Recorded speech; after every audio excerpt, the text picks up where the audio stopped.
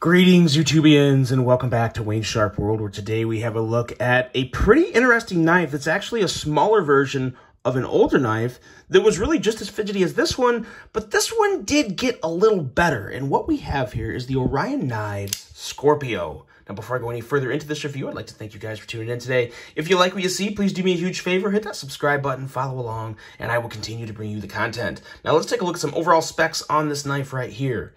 We have an overall length coming in at 6.8 inches, a blade length coming in at 2.75 inches, and a blade width at 1.16 inches down here at its widest point. We have a blade thickness of right around 123 thousandths, a blade material of 14C28N. I love seeing that on pretty much any knife in this price category. We have a clip point style blade with a flat grind, a handle length coming in at 4.05 inches, and a handle thickness at 568 thousandths. Handle width on this guy is 833 thousandths, and that's coming up, I believe, right around here. So it obviously is going to get much thicker up here. You get a lot closer, a little over an inch up in this area. We have handle material of micarta with, of course, that good old button lock locking mechanism, a user of a right or left hand tip-up carry, a weight of 3.5 ounces, designed by David of Blade Banter. A good number of you probably know him on Instagram. He's been around for quite a while, and this is his second design, I believe. This is manufactured by QSP, which is one of the best. If you're gonna have a budget knife made, or a knife under $100, QSP, in my opinion, is easily in that top three. They're really, really good. And yeah, price of 85 bucks. So not too bad for the materials. 14C28N, micarta. I don't have a whole lot of issues at 85 bucks for the materials and the overall product you're getting.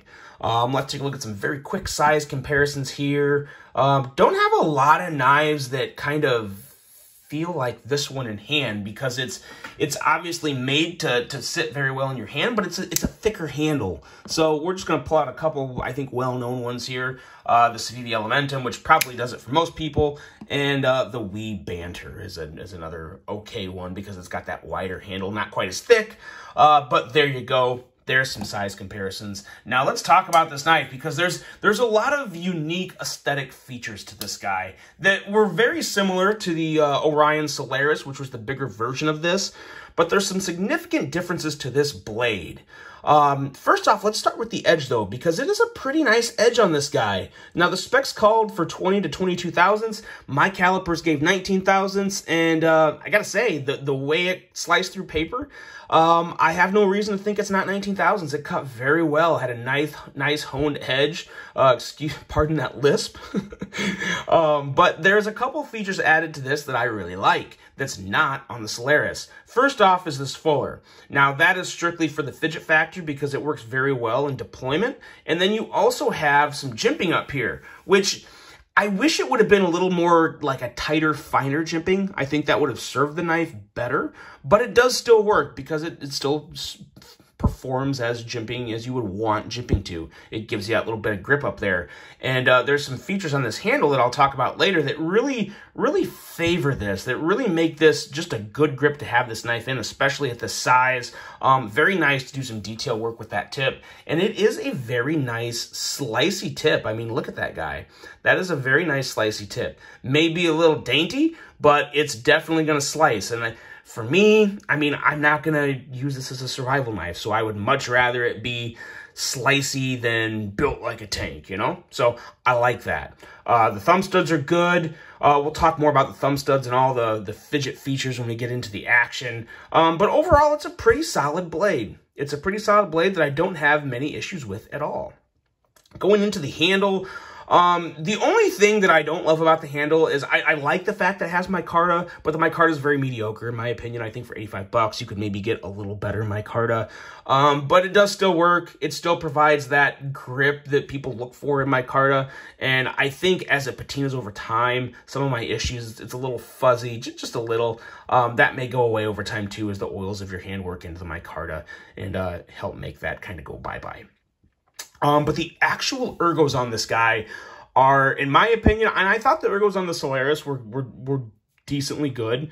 This is considerably better than the Solaris, in my opinion, because it is just that little bit smaller, and it just sits really well in my hand. This flipper tab area here that kind of points out, it just sits very well. It's not putting any pressure or annoyance on my index finger or my middle finger. It's just, I don't feel it at all, and it just sits really well in my hand. So I really enjoy the ergos on this knife. This is exceptionally good. Very good ergos. Even without the contouring, this is flat my card up, but that don't matter because the width and thickness just make up for that, and it really does feel great. I like how it kind of slenders down here, but it doesn't get too slender. So yeah, it's a bit of a hand hugger, which is nice. That's always nice. When you get to the clip back here, it's a very nice clip. I have no issues with it whatsoever. It's plain, it's simple, and it works great. And the retention's very good. It's not too strong, not too light. It's a good one. And I like how they have the cutout here that you really don't notice that much, but that's good for lefties and righties. So anyone can carry this knife. So that's great. And I like the black and blue color combo. That's a nice little pop. The blue pivot collar highlights really well and pops well in the handle, as well as the backspacer. You got your hidden little lanyard hole back here in case the lanyard's your thing. There you go. You're good to go there. So yeah, so that is all good. And what really makes this handle, what I really like, a little detail that a lot of people may not notice, maybe not a lot, but some people wouldn't notice it.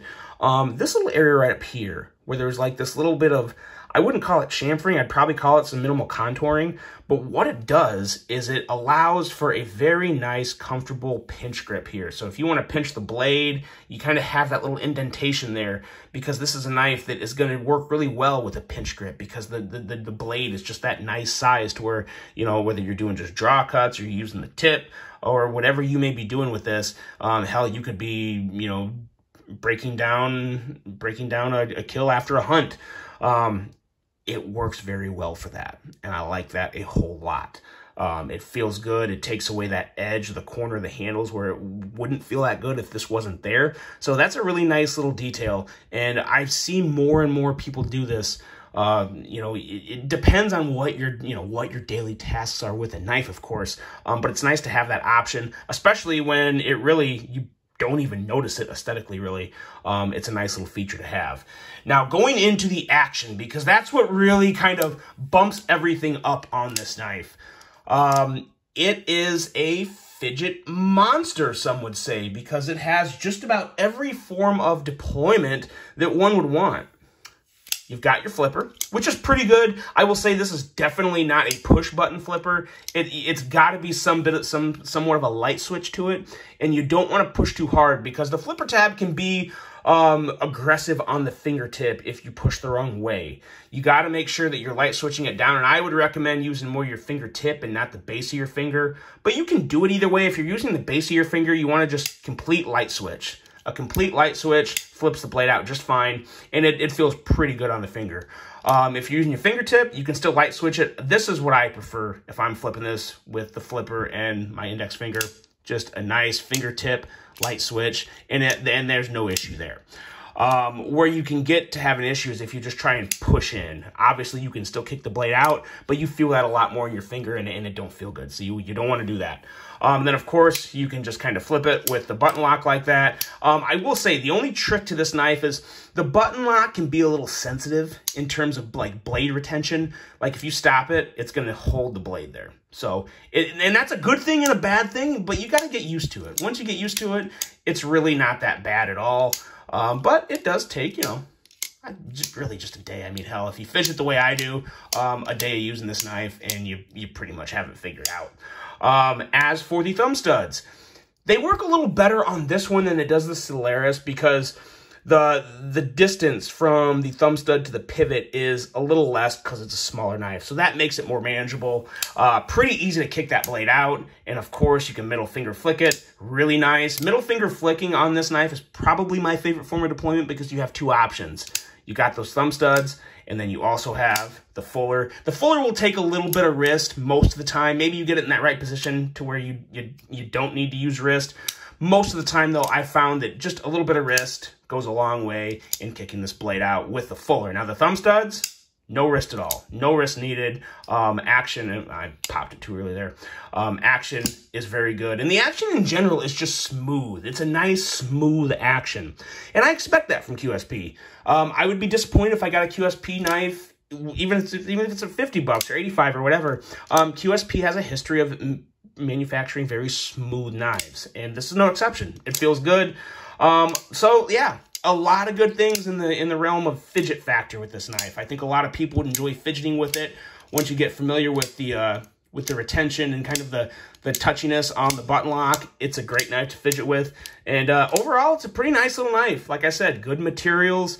Price $85 is not outrageous. I think it's good to go for me in terms of price. And it's going to come down to aesthetics. If you like the way this knife looks, I would definitely recommend it. It's a fun fidget knife. It's a good steel. It's a slicey blade. So yeah, overall, it's a very solid knife and a pretty darn nice knife. So let me know your thoughts on this one, guys. I think a lot of you have had the original Solaris, and if you like the original Solaris, I do honestly think you would like this more. At least I do. I like this considerably more than the Solaris. So let me know what you guys think. Hope you guys have a great rest of your day, and until the next one, I'm out.